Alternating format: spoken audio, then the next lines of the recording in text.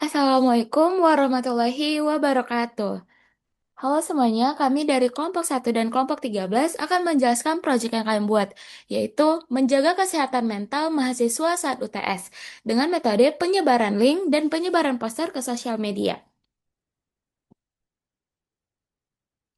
Yang beranggotakan saya sendiri, Atifa Putri, Nurul Dina Ramadhani, Fialin Ayu Ananti, Fadul Kumairah, Nabila Zazkia, Hairi Noer Aziza, dan Claudia Mutiara. Latar belakang dari proyek ini yaitu masa ujian tengah semester atau UTS seringkali menjadi periode penuh tekanan karena beban ujian dan laporan praktikum yang menumpuk. Demi mengejar nilai, banyak mahasiswa terjebak dalam pola tidur yang buruk, kelelahan fisik, hingga stres berat yang justru beresiko menurunkan performa akademik dan mengganggu kesehatan mental dalam jangka panjang. Proyek ini hadir untuk meningkatkan bahwa kesehatan mental adalah aset utama dalam meraih prestasi. Kami berkomitmen mendorong kesadaran kolektif mahasiswa untuk sering memberikan dukungan sosial serta menerapkan manajemen waktu yang lebih sehat. Mari kita lewati masa UTS dengan prestasi gemilang tanpa harus mengorbankan tekanan batin. Tujuan dari proyek ini, yang pertama, menumbuhkan kesadaran diri di kalangan mahasiswa mengenai pentingnya menjaga stabilitas mental di tengah tekanan tugas dan ujian yang menumpuk. Yang kedua, mengidentifikasi faktor-faktor utama yang memicu stres mahasiswa selama UTS di lingkungan kampus. Yang ketiga, memberikan solusi praktis berupa tips manajemen stres dan pembagian waktu yang efektif melalui media edukasi yang menarik. Nah, yang terakhir, mendorong terciptanya budaya saling peduli dan mendukung antar sesama mahasiswa guna mengurangi dampak negatif dari kelelahan akademik atau burnout. Selanjutnya ada landasan teori. Yang pertama ada hak warga negara. Dalam kehidupan berbangsa dan bernegara, setiap warga negara memiliki hak untuk memperoleh kesejahteraan dan kesehatan, termasuk kesehatan mental. Hak tersebut tercantum dalam Undang-Undang Dasar 1945 Pasal 28H Ayat 1 yang menyatakan bahwa setiap orang berhak hidup sejahtera lahir dan batin, serta memperoleh pelayanan kesehatan. Yang kedua, kewajiban warga negara. Selain memiliki hak, mahasiswa sebagai warga negara juga memiliki kewajiban untuk menjaga diri sendiri, lingkungan sosial, dan menciptakan suasana yang positif dalam kehidupan bermasyarakat.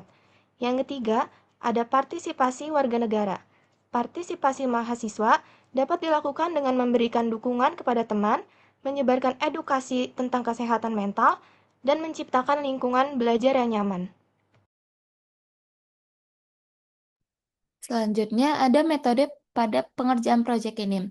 Metode yang digunakan dalam proyek ini adalah metode deskriptif. Dengan pendekatan survei, penelitian ini bertujuan untuk mengetahui cara menjaga kesehatan mental mahasiswa saat menghadapi ujian tengah semester melalui media poster dan penyebaran angket melalui Google Form. Proyek ini dilaksanakan secara daring untuk pengambilan data melalui penyebaran poster ke sosial media, link angkat ke sosial media, dan link evaluasi proyek ke sosial media. Kegiatan proyek ini dimulai dari tahap perencanaan, pembuatan poster, penyebaran angket, hingga pengolahan data hasil survei. Teknik pengumpulan data untuk pembuatan proyek ini yang pertama penyebaran poster edukasi. Poster berisi informasi dan tips menjaga kesehatan mental selama masa UTS, seperti mengatur waktu belajar, menjaga pola tidur, mengurangi stres, dan pentingnya istirahat. Poster disebarkan melalui media sosial. Yang selanjutnya, penyebaran angket online. Angket dibuat menggunakan Google Form dan dibagikan melalui link media sosial. Angket bertujuan untuk mengetahui tingkat pemahaman mahasiswa mengenai kesehatan mental serta respon terhadap poster edukasi yang telah disebarkan. Sasaran kegiatan untuk proyek ini adalah mahasiswa aktif dari berbagai jurusan yang sedang menghadapi masa UTS. Baiklah, selanjutnya saya akan menjelaskan mengenai hasil proyek yang telah dilakukan oleh kelompok kami. Pada tahap awal, kelompok kami melakukan survei secara daring menggunakan Google Form untuk mengetahui tingkat stres mahasiswa saat menghadapi UTS. Survei tersebut memperoleh sebanyak 35 responden mahasiswa. Berdasarkan hasil survei, sebagian besar responden mengaku sering mengalami stres selama masa UTS sebanyak 51%, Sebanyak 51% responden menyatakan sangat sering mengalami stres, dan 31% responden menyatakan sering mengalami stres saat menghadapi ujian.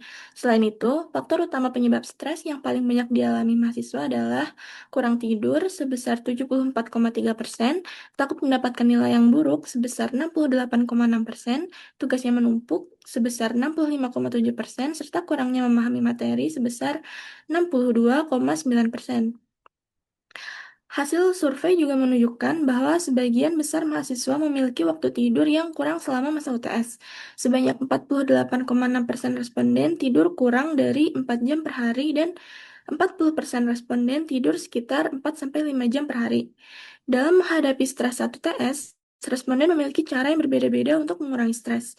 Sebanyak 37,1% memilih tidur, 22,9% memilih mendengarkan musik, 17,1% bermain media sosial, dan sisanya memilih untuk curhat kepada orang lain. Setelah poster selesai dibuat, poster kemudian disebarkan melalui media sosial dan grup komunikasi mahasiswa sebagai bentuk edukasi kepada mahasiswa mengenai pentingnya menjaga kesehatan mental selama menghadapi UTS.